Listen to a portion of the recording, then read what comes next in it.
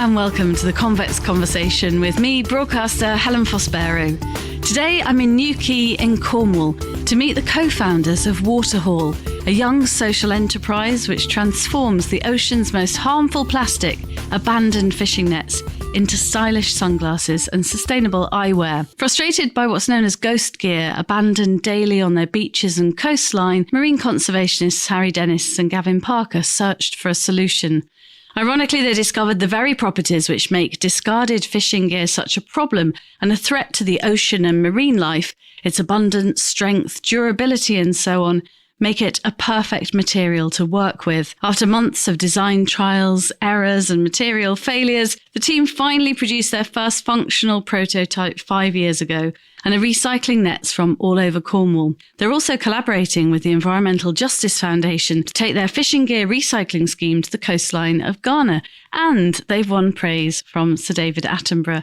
Harry and Gavin, it really is a treat to be in your beautiful part of the world here on the rugged North Cornish coast. Gavin, how much does this area mean to you? Thank you. Yeah, it means everything to me. I mean, I grew up in Cornwall in Perranporth. It's a beach that's nearly 3 miles long. And I was very lucky to spend my entire childhood in and around the ocean.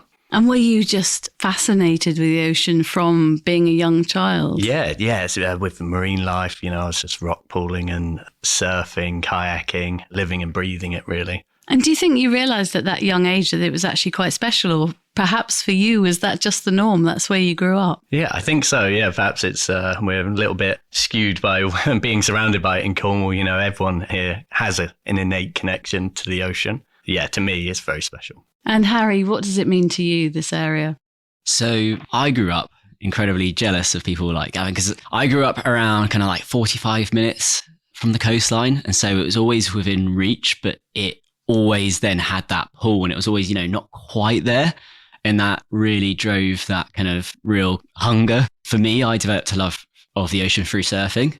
And there's always been that kind of drive and that passion. And it starts with that connection. And then throughout that, you want to spend more time. Us as surfers, we become a little bit obsessed. But that then grows over time because with your experience, you can't help but notice some of the challenges and threats that are present in our ocean. And that relationship starts to kind of grow and take in a more of kind of a protective form as well, wanting to take action. You and Gavin met through Surfers Against Sewage. So I would imagine there is a very good reason to want to pull together when you see what's happening to the sea that you're surfing in. Yeah, everyone's got their own kind of initial story about how they developed that connection, but it always starts with that. Everyone you speak to, if they're making change in this world, trying to do something good, it normally starts with that connection and then progresses because, we've all seen it. It's right there in front of us. So that definitely unites us all. What was it for you, Gavin? Was it fairly heartbreaking as you grew up to realise pollution and what's going on with our ocean? Was there a moment when you realised, perhaps as a young lad, that hang on a second here, there's stuff going on that's destroying the beauty that you've grown up with? Yeah, that is exactly it. That's exactly my motivation is in my relatively short lifetime. I've seen a dramatic increase in the amount of plastic pollution just on the beach I grew up on. It's quite well known for, particularly at one end, collecting a lot of pollution, plastic bottles, fishing gear, whatever it is. That has massively increased over the years, particularly in recent times. I went traveling, went to university, came back, and I thought I need to do something about this. And is that how Waterhaul came about? Through conversations with people obviously like Harry? Exactly that, yeah. So we were both working for a marine conservation charity, Surfers Against Sewage, because they are one of the UK's leading charities tackling plastic pollution. And that was a campaign I was working on. That was where my passions lied. And that's where me and Harry met. And Harry, how did you come up with the idea for Waterhaul and trying to make something like sunglasses and eyewear out of something that's being abandoned and wrecking our marine and sea life? So this issue of ghost gear, it came up time and time again. I'd had several experiences even before Surfers Against Sewage where this issue really kind of made an impact on me, not just here in Cornwall. I was doing research for my degree. We're out in Malaysia studying one of the coral reefs there. I'd been working for about 3 months on this experiment, and towards the end, this ghost fishing net washed through the study site. It not only disrupted my whole experiment, which was personally very annoying, but just seeing the destruction to the coral reef that I was there to study, that just made such a huge impact on me. And seeing it underwater, it's right in your face, and it's a wall of death, basically. But it's hidden, it's out of view, it's out of sight.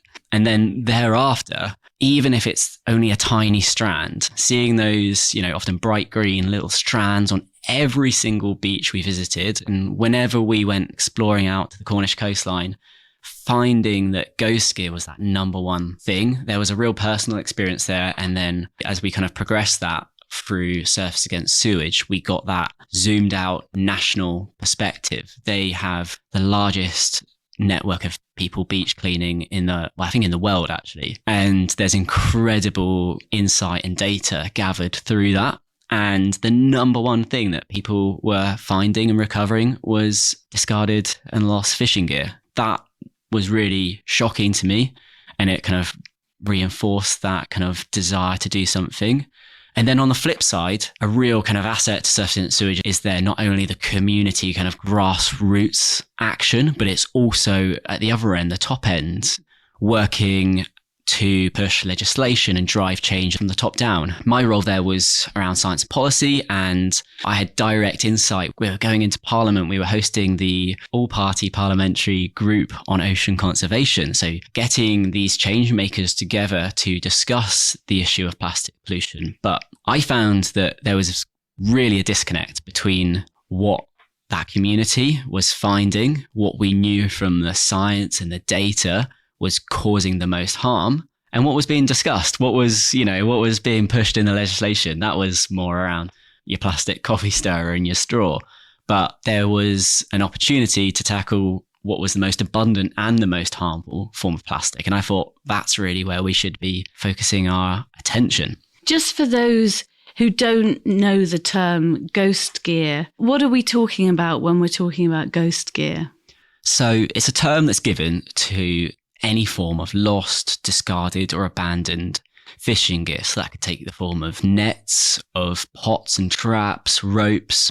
And the real problem here is this is materials that are made out of plastic. They're going to last in the ocean for hundreds and hundreds of years. But their one purpose is to catch and kill marine life. And it doesn't matter if they are no longer attached to a boat.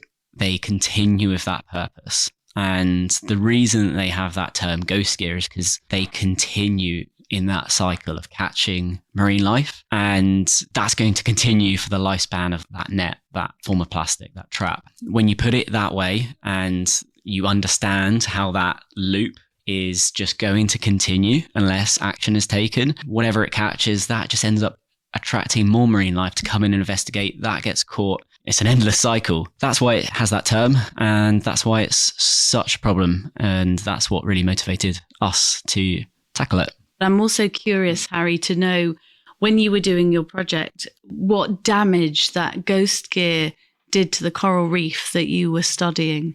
Obviously, when we think, and there's all these pictures of the impacts that it has. And first and foremost, you think of the marine life that is the fish, the sharks, the marine mammals that unfortunately, become entangled in this. But it's even wider than that, because this attaches to the seabed, it attaches to the coral reef habitat, it rips apart in tandem with the wave action, whatever's in its path. Until you've seen that destruction, it's really quite hard to kind of put it into words, but it's a real eye-opener. Gavin, I'm from Grimsby, so I'm from a fishing community myself. These nets are meant to last for decades and decades and decades. So why do they get abandoned by the fishermen? And what's that point when they're no good for catching fish? And then presumably the damage that Harry's talked about happens because they remain in the ocean catching stuff they shouldn't be. But why do the fishermen not need them anymore, and why do they abandon them? There's a few reasons. One, simply, a net or rope or line could get snagged on the seabed, and it's dangerous for the fishermen to try and reel that in, particularly a small boat, and they're faced with this problem where they're going to have to cut it loose. That's going to be a small number of cases, really. The main reason is because these have a use life in terms of their effectiveness at catching fish. So typically after 6 months to a year of use, a net will build up a bioalgal film on it, which fish detect, and they'll eventually be deterred once enough of this is built up on the net. And therefore the net's not as useful anymore. You're not catching as many fish. And the fishermen kind of faced with this economic choice of getting a new net or continuing to use this one that's less and less effective. So you have this net that's no longer very useful. How do I get rid of it? Typically, well, in the UK, a net costs £300 per tonne to send to landfill. And so there's not really an incentive for you to bring that back to port and dispose of it correctly when there's that free option of just chucking it over. So you just dump it? Well, that's what a lot of people do. Yeah, and I think a lot of them, this isn't shaming the fishing industry. A lot of them don't want to be doing that. Of course, it's affecting their livelihoods in the long run because a lot of them are aware of the ghost gear issue and issues with abandoning fishing gear overboard and the damage that will cause fish stocks. But it's an economic choice, and fundamentally that's often what humans come down to. And as you've been exploring your coastline, and before we started recording, you said you like to go kayaking and explore all the hidden little coves that visitors like me will probably never see. Did you suddenly realise that you were seeing a lot more of this material in the beauty spots that you were exploring? Yeah, definitely. We'd often try and go to the most remote places, get away from people, particularly in the summer down here. And we just love exploring. And those remote coves are often the places that really accumulate plastic pollution. And certainly in the couple of decades I've been doing it, this stuff lasts for a very long time in the ocean. And a lot of the stuff that's washing up here could have already been floating around for 20 years. What's it like, Harry, when you're out kayaking and you go to somewhere really stunning and beautiful and tucked away, and then you find all the ghost gear? I would imagine there's a sense of heartbreak with some of that. Definitely. There's this kind of absolute mismatch between the beauty of where you are and what you're seeing and what's quite unique to you because no one else has been here in a couple of weeks, when we're on those really remote coves. But then seeing that plastic, you innately know that it should not be there and it's wrong. And it's so hard to describe that feeling. It's gutting, discovering something so beautiful and then knowing that we've ruined it. So how do we go from seeing the abandoned ghost gear to making really cool and beautiful, long-lasting sunglasses and eyewear? How did that all happen, Harry? What was the tipping point that made you think we need to do something and this is the way forward? Here's the thing, plastic is amazing. So we're not shaming plastic here. We believe that we're the problem, humans. We are the ones who have produced far too much of this and haven't valued it. Plastic itself is this incredible material. It's so strong. It's so durable. And so really, I think, and this is where it all started, that we were looking at this from the wrong way around. We really just needed to value this. And suddenly this would all make sense. So, the analogy that really prompted this was someone said, well, imagine that all this plastic was actually £20 notes floating around out there. How differently would all of us react? Behavior would be so different. We'd all just, I'm sure it would be solved in a year's time. So it's really, there's this kind of value that's driving this problem. So if we can create value from this, then suddenly that reworks this whole equation.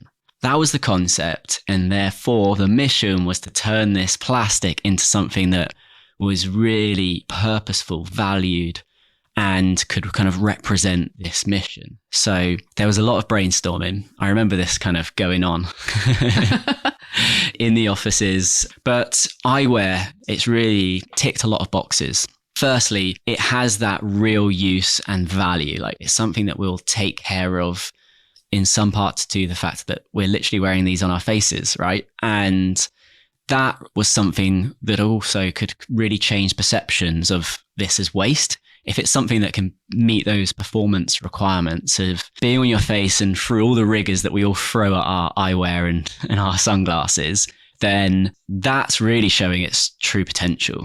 I think that there's also an element of we wanted to create something that would help people to have that same connection with the outdoors and the ocean ultimately that took us on that journey from, wanting to connect with the ocean and therefore eventually wanting to protect it too.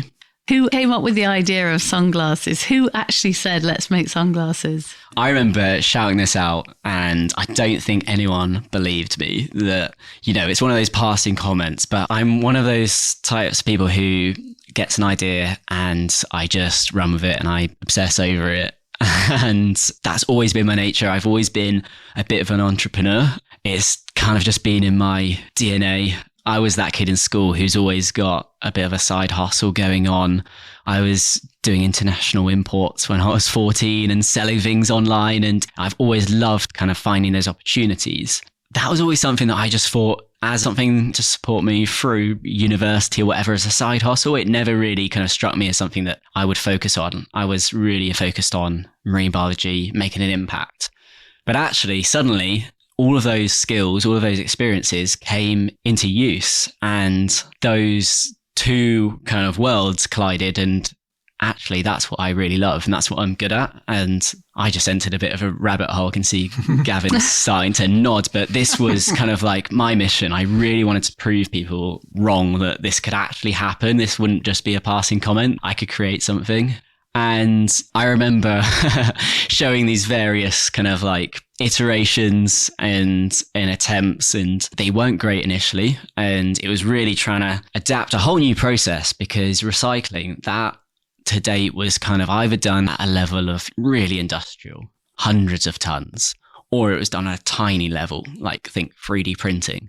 And it was really trying to fill in the gaps and trying to create a process that came somewhere in the middle of that and essentially turn this into something that was useful. So yeah, let's get into the process. Let's get into the process. I think Gavin's quite probably good at describing the process, but I was just thinking sunglasses seem to make a lot of sense because if you live somewhere like Cornwall, lots of people are really into the outdoors. A lot of people are into their surfing, and actually sunglasses make a lot of sense here, don't they? Particularly strong ones. You're dealing with the salt from the sea, the sand, and I know that your lenses are just as important to you as the actual frames. But take me through the process, Gavin. How do you turn ghost gear into great looking eyewear? Yeah, essentially with the raw material, we collect that in two ways. So we go out as a team and remove ghost gear from the environment, from around the coastline in Cornwall. Literally picking it up and collecting it? Yeah. With the team of people? Yeah, so it's our team. If we get a call out, we'll drop everything and go down as a team and haul this massive net off the beach. And are they huge, Gavin, these It can nets? be, yeah. It can be hard work. Keeps us in shape though. But yeah, so we do that as a team. And well, we're starting to expand our end-of-life gear collection. So that's working with harbours and ports and the fishing community to provide an end-of-life solution. What does that mean? So that's essentially, having a bin or a container at the harbour where fishermen put the nets in at the end of their life, rather than having the temptation of removing it overboard or having to pay to send to landfill. We'll take it off their hands for free. So you get free material to make your glasses with, and they can get rid of their unwanted nets for free as well. So it's a bit of a win-win. Exactly, yeah. And is this just all in Cornwall, or are you expanding that? That's the goal. Yeah, to expand that network. Yeah, exactly that. And that's the real scalable aspect for us. We're going to go from several tons to tens of tons to hundreds of tons is working with that end-of-life gear. But it's very important to continue tackling ghost gear, the gear that's washing up on the beaches and the coves, because that's what's causing damage in the environment every single day. And it's the ghost gear that's then being processed to make into the frames? Yes, so the ghost gear and the end-of-life gear, we then take it back to our facility. We have a small recycling facility in Cornwall where it gets shredded, washed, vigorously washed, sorted and pelletized. So basically put into pellet form. And from that, you can injection mold it into any product, and that's how we injection mold into our products. That's incredible. Are all the nets the same kind of plastic, or are you having to break them down into different kinds of plastic? Yeah, so that's what makes it such a tricky material. I've massively simplified it here. It's a very tricky material to deal with because there's all forms of plastic in these nets, often nets and ropes and lines. There's several types of plastic that needs to be separated out by polymer type to then be able to effectively injection mold into a product that's structurally sound. And presumably all the qualities of the net that make it good for fishing, I'm thinking of strength, durability, flexibility, how long it survives, also makes it a fantastic material to turn into sunglasses. Yeah, there's definitely that almost irony that the fact that this is so strong is why it's such a problem. But we're harnessing that for this new purpose. And that variation that Gavin's describing, well, actually, we also try to tap into that. And we produce batches from certain materials. We harness certain colors from certain types of net to really utilize those different properties. And we think there's a really important storytelling kind of aspect to that. And we can show that materials journey through our products. And how did you come up with the name Waterhaul? After a lot of searching and some terrible ideas, I was stumbling across the history, and I came across this term, waterhaul, and it describes the act of drawing in, hauling in your nets, and there's no catch. So it was really kind of a negative thing to happen. But essentially, what we are trying to do is haul a net without any catch out of the ocean. So we wanted to kind of repurpose that term, turn it into a positive act. And it really kind of encapsulates what we are aiming to do. Fantastic. And what about the actual design of the sunglasses, Gavin? So you've separated the material, you've broken it down. I know this is a simplified version into different polymers. You've recycled it. Where does the design process start, and how do you come up with the designs and the different looks and styles of the eyewear that you produce? We partner with a factory in Italy, a family-run factory who we have done from day one. And really, they're the experts when it comes to eyewear. Our backgrounds are the passion and the business, and we partner with them on the expertise. And did at the beginning, did you have a few false starts with it? Because this sounds to me like you've both been on a very determined but a very steep learning curve. The day that Harry showed me the very first sound pair after all this trial and error, and I couldn't believe it. And that's what hooked me. And I was like, I'm on board with this. Really? Count me in. Come on, you tell me your version of that story, Harry. The thing is, yeah, it's been like that and it's stayed because we've not just stayed still with trying to innovate and create products. So that same process of trying to create that first pair, which was such a process of trial and error, in an innovative and young business, that is a constant part of how you learn and how you adapt and how you grow. And ultimately, you need to get it wrong 19 times because the 20th time you'll maybe stumble upon something that works. And so that's always kind of the approach. And I think I'd love to kind of continue with that kind of approach of, yeah, it's okay to get it wrong quite a few times because that's how you're going to learn. But ultimately, it creates something that's a better product at the end of it. Do you still remember the moment when you first put on your first pair of sunglasses that you'd made that you were happy with? What did that feel like? I was so, I suppose, giddy with it that I hadn't actually got the lenses yet. So I was just wearing these frames around. Yeah, I think that probably says it all. It does. What about you, Gavin? When you actually got some maybe with lenses, what did it feel like wearing your own sunglasses? Did you really feel some kind of special moment at that point? Yeah, it was just amazing to me that fundamentally this harmful material that's deemed to have no value suddenly was in this amazing product on my face as I'm walking around. Yeah, quite a moment, really. Also, you'd seen it. You'd seen that from its initial form. And that's something that we're really trying to now communicate. And through being able to kind of process this material ourselves, we can still retain that kind of journey. And, you know, we know that this pair, we know the origin story of that, and that's really unique. And so that's something we really want to communicate and tell that traceability story, because it's so much more real when you see the video and the photos of this being pulled off the beach. That suddenly gives that real connection. So can the customer have that connection? If they buy a pair of your glasses, they know perhaps which beach it came from, or certainly which area it came from and what kind of net. So this is something that we're hoping to roll out in full next year. Really exciting aspect and something that's quite unique to us. So we're absolutely going to double down on it.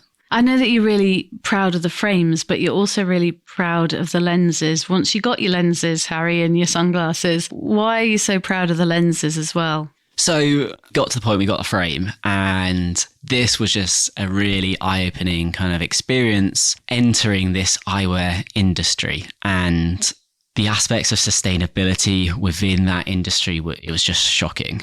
The practices that were just by standard, they wanted to wrap each lens in a plastic film. They wanted to package each frame in a plastic bag. And when we said no, there was just shock. No one had said this before. So we had to basically start from square one. We've cracked that first process, but now we have to kind of change all of these partners that we're working with and try and help them to change their practices. But that's also something that's been a really cool journey. So right from the beginning, we made sure there was no single-use plastic packaging within our supply chain. And that's not just what we're sending out, that's everything that's coming to us. But that actually had a trickle-down effect. So we were, at the time, a tiny customer, but we specified that we wouldn't take our lenses wrapped in any plastic.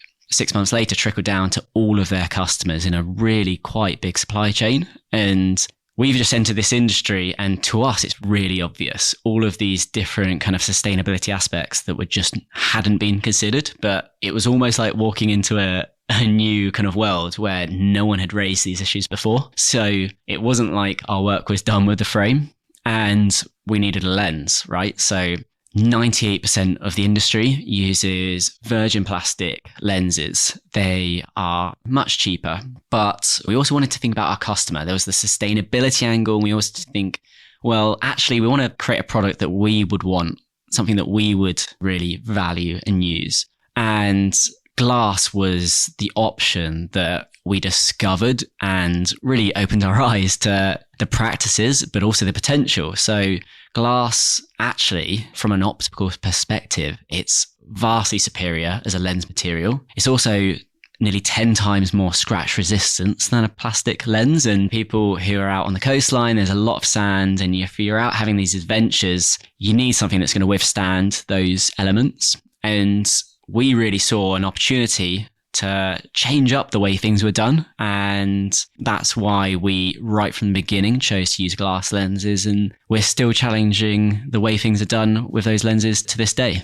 It's great that you challenged as a very young company. For example, I thought supermarkets could have made a much bigger difference with single-use plastic a long time ago, and they're powerful. And if they tell their suppliers they won't take carrots in plastic anymore, they actually had the power to do that. But you've gone the other way round as a newcomer, setting your stall out for what you'll take and what you won't. And I'm sitting here next to a lovely pile, a little mound of cases, and that follows through to the cases that you put your sunglasses and eyewear in, doesn't it, Gavin? Yeah. So we use Portuguese cork, which in itself is, sustainably sourced material, and then it's just recycled aluminium to provide that strength inside. How ambitious are you, Harry? Because this problem with ghost gear doesn't just happen in Cornwall, it doesn't just happen in the UK. It's a global issue. So can you scale what is already a very successful business into an international business, do you think, and help solve the problem worldwide? That's what gives us the edge, and it applies to all of our team. We know that we've got this additional kind of driver behind us. We've got this motivation that is how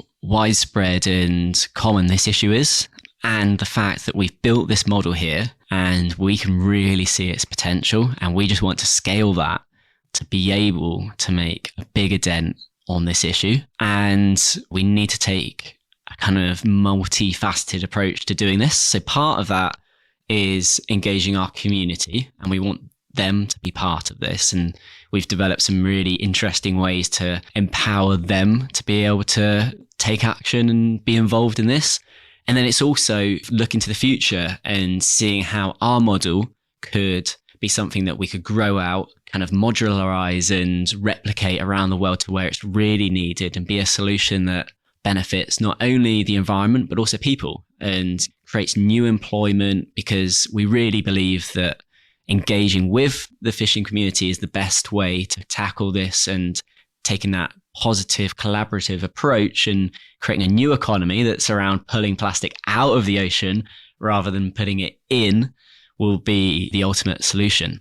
And you've already collaborated with the Environmental Justice Foundation to bring your fishing gear recycling scheme to the coastline of Ghana. I'm just wondering why Ghana and how that came about. That was a really interesting opportunity that haphazardly came our way through a discussion that led to a grant proposal that led to this pilot project. And it really showed us the true potential of just that core concept, putting a value onto this plastic. And that was essentially the concept of this project. We put a kind of deposit value onto end-of-life fishing gear, and seeing how that ripple effect just grew. Over 600 fishers engaged in the project, brought material and, exchanged it for value, which totally changed that cycle, because there isn't recycling facilities, let alone even proper kind of landfilling facilities for end-of-life gear in Ghana. So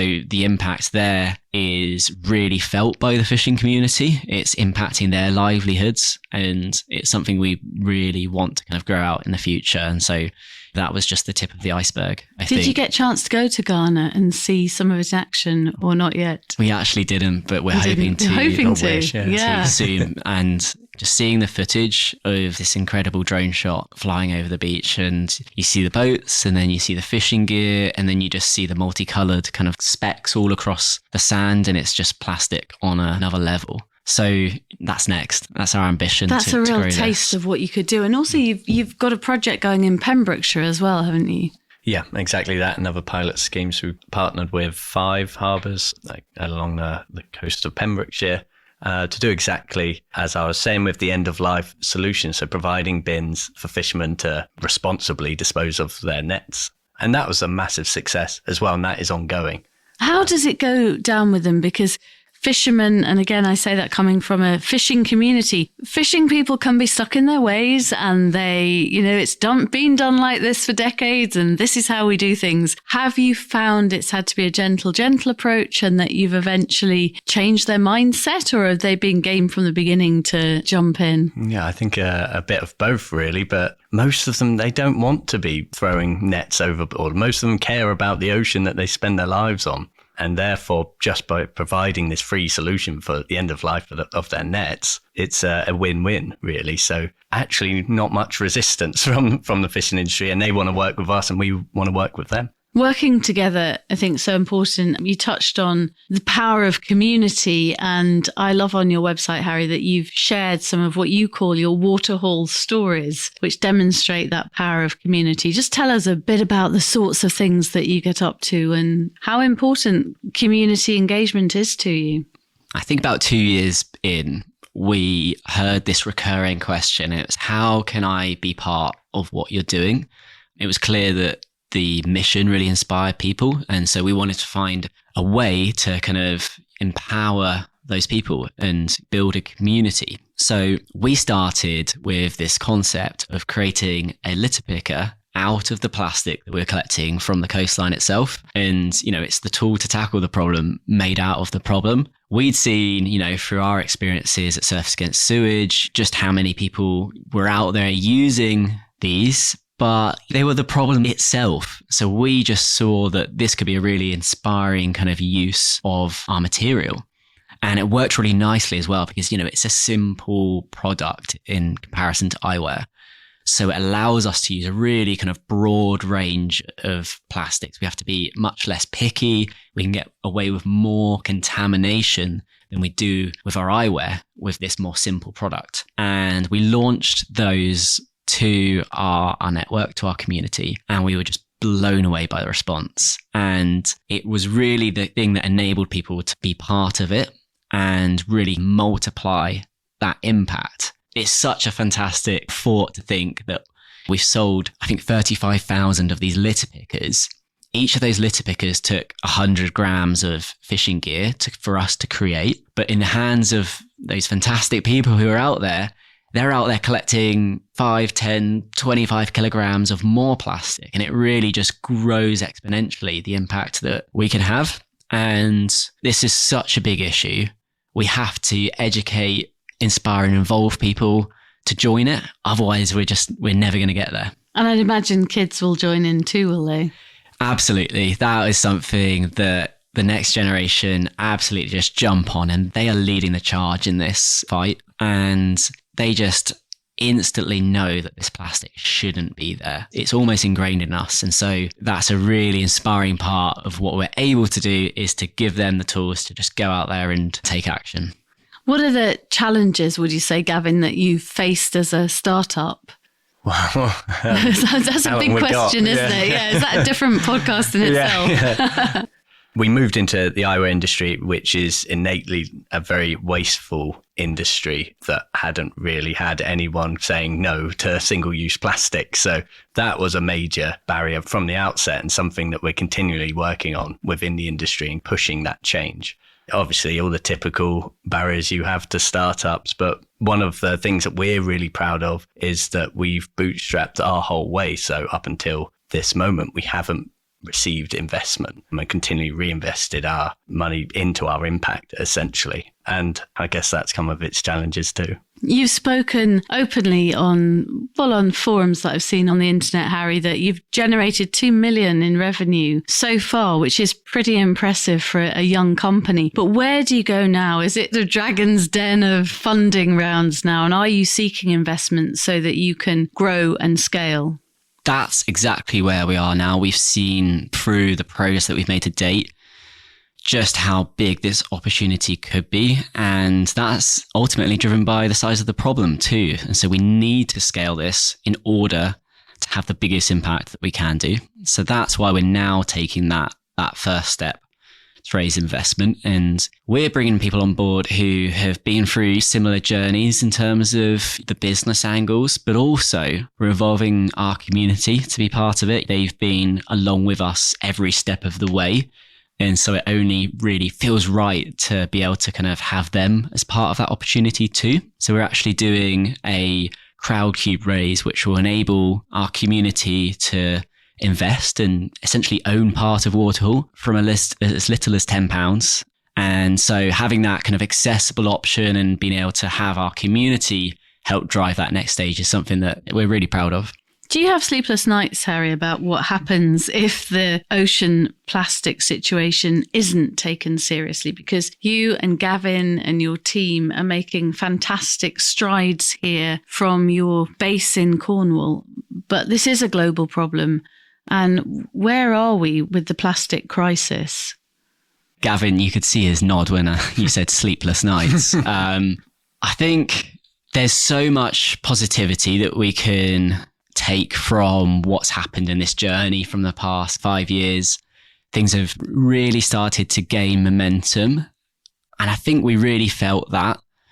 I think we all took a bit of a knock on this journey against plastic pollution as we moved into the pandemic. Suddenly there was a shift in priorities, of course, and plastic was part of our response to tackling the pandemic. But we suddenly began to see a new wave of plastic all over our coastline, all of these face masks washing up all across our beaches. There was a real blip there. We actually pivoted and switched our recycling for a few months to recycling face masks. We collaborated with our local NHS hospital as part of that response and transformed them into our litter pickers, again, to kind of tackle that problem that was out there. But now we're trying to pick up that momentum again and really educate at the core of this.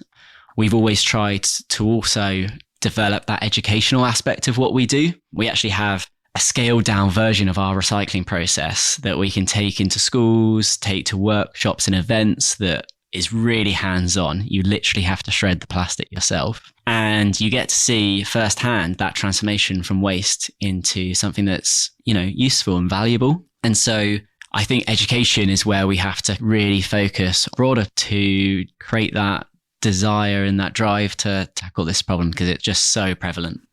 And Gavin, presumably when you've got this recycling process nailed as you have, if you didn't want to, you don't have to stick to eyewear, do you? Presumably, this recycled plastic, the polymers, could be used to make all sorts of things. Yeah, exactly. So once it's in the pelletized form, we can create anything, any hard plastic product out of it, essentially. And so the applications are endless, really. It's often trying to contain ourselves a little bit on that front, but in itself, that plastic can be used for a lot of things. Which is exciting in itself. And Harry, tell me about some of the collaborations that you're doing. So these have been, really broad ranging, and essentially they've all been around trying to find how our process can be adapted to solve broad kind of challenges. So one that we're really proud of is working with the RNLI. They had over 10 tons of this tow rope that they were decommissioning, but it was still in great condition. It was more of a safety upgrade rather than there was anything wrong with this.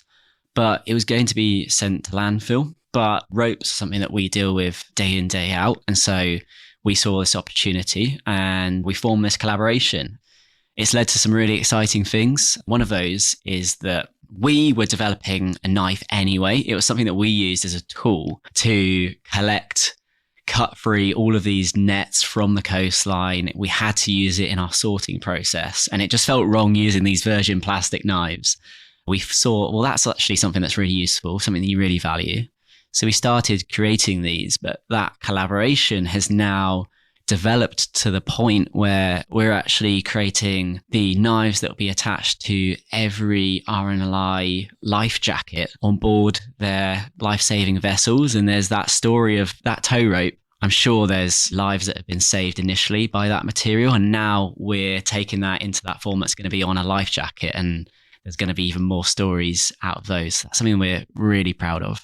I think your story is fascinating. I wish you lots of luck with it in the future. Your sunglasses are great. The eyewear is really good looking, and you can see why people would like to own a piece of what you're making. It's got feel good written all over it for so many different reasons. We've been ending this season, if you like, of podcast by asking every guest what the biggest risk they've ever taken in their life.